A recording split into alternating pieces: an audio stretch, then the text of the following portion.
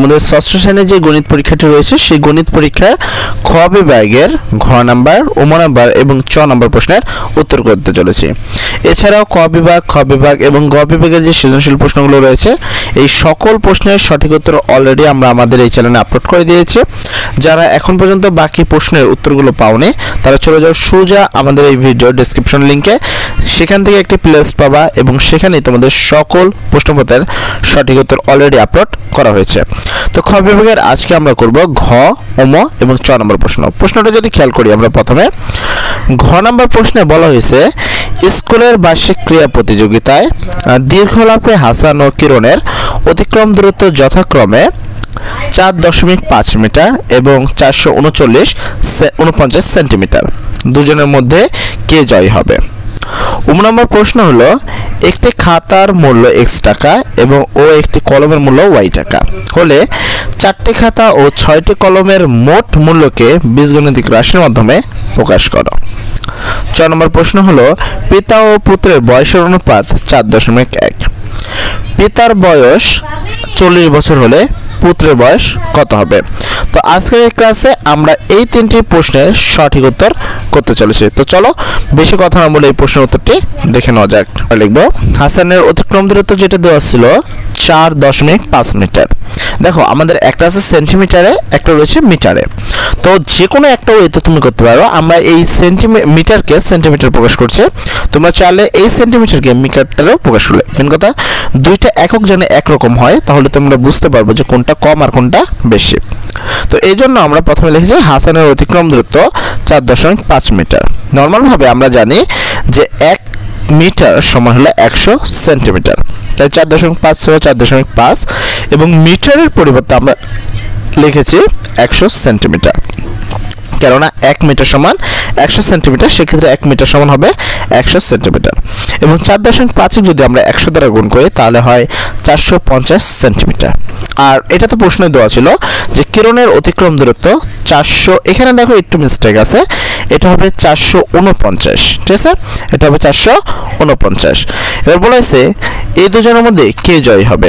এই প্রশ্নটা একটু মিস্টেক রয়েছে, তোমাদের প্রশ্নে কিন্তু বলা হয়েছে যে কিরণের অতিক্রম দূরত্ব কত হবে সেটা কিন্তু দেওয়া ছিল 449 আর এখানে 499 দেওয়া রয়েছে, যেটা একটু ভুল রয়েছে।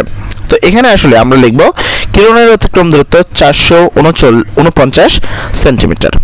এবার প্রশ্ন হলো এখানে 450 আর এখানে 449 যদি আমরা ধরি সেক্ষেত্রে অবশ্যই এটা ছোট হবে আর এটা বড়।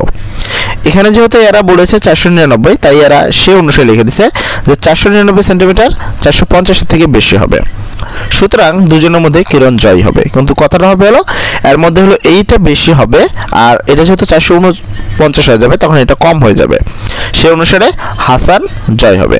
আশা করি তোমরা এই প্রশ্নটি বুঝতে পেরেছো। তো চলো এবার আমরা 2 নম্বর প্রশ্নের দিকে চলে যাই। খাতার মূল্য ছিল x টাকা, যেখানে বলা হয়েছিল 4টি খাতা এবং 6টি কলম কিনতে হবে। তাহলে আমরা বলবো অতএব 4টি খাতার মূল্য দেখো একটা যদি x হয় তাহলে 4টি হবে 4 গুণন x সমান 4x টাকা। আর সেম ভাবে আমরা লিখতে পারি আবার এখানে একটি কলমের মূল্য দেওয়া ছিল y টাকা, কিন্তু কলম কয়টা কিনবে 6টা, তাহলে সেক্ষেত্রে আমরা কি লিখবো অতএব 6টি কলমের মূল্য 6 গুণন y সমান 6y টাকা।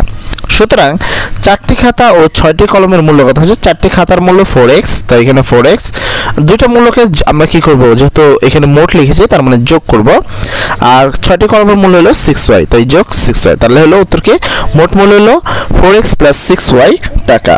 অতএব নির্ণয় বীজগণিতের রাশি 4x + 6y। এই হলো তোমাদের 2 নম্বর প্রশ্নের সঠিক উত্তর। এবার আমরা চলে যাব তোমাদের 6 নম্বর প্রশ্নের সঠিক উত্তরের দিকে। চলো ওই প্রশ্নের উত্তরটি দেখে নেওয়া যাক। তার আগে আমি তোমাদের ছোট্ট একটি কথা বলবো যে তোমাদের এই যে তোমাদের ষষ্ঠ শ্রেণীর যত রকম প্রশ্নপত্র রয়েছে এবং তাদের অ্যান্সার শিট রয়েছে আমরা আমাদের চ্যানেলে কিন্তু অলরেডি আপলোড করে দিয়েছি।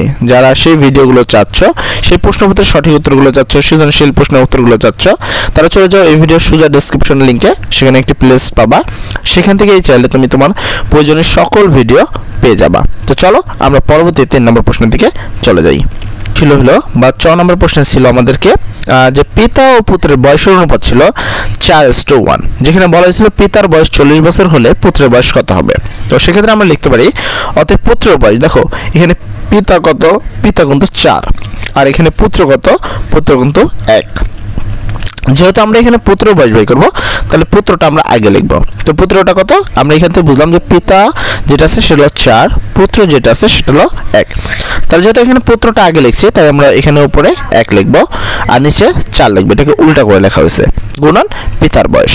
এবার আমরা এখানে 1/4 গুণন আছে গুণ, পিতার বয়স কত দেওয়া ছিল, 40 বছর। এই 4 দ্বারা যদি আমরা এই 4 কাটি, তাহলে এখানে কিছুই থাকে না, তার মানে এখানে 1 আর এই 0 এই দুটোকে করলে 10 বছর। অর্থাৎ সেই ক্ষেত্রে আমরা বলতে পারি যে পুত্রের বয়স হবে 10 বছর। তো এই ছিল তোমাদের আজকের 3টি প্রশ্নের সঠিক উত্তর।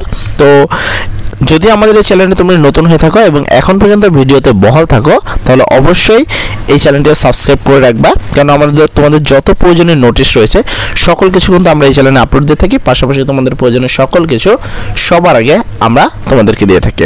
আর একটা কথা, এই চ্যানেলের বাকি তোমাদের প্রশ্নপত্রের সকল প্রশ্নের সঠিক উত্তর কিন্তু অলরেডি হয়ে গেছে। তোমরা যারা সেই প্রশ্নের উত্তরগুলো চাচ্ছ, তারা চলে যাও সোজা এই ভিডিও ডিসক্রিপশন লিঙ্কে, সেখানে গিয়ে দেখবে একটা প্লেলিস্টের লিঙ্ক দেওয়া রয়েছে। তোমরা চাইলে সেখান থেকেও তোমাদের প্রয়োজনীয় সকল প্রশ্নের সঠিক উত্তর দেখে নিতে পারো। সর্বোপরি কথা, সবাই ভালো থাকো। আসসালামু আলাইকুম।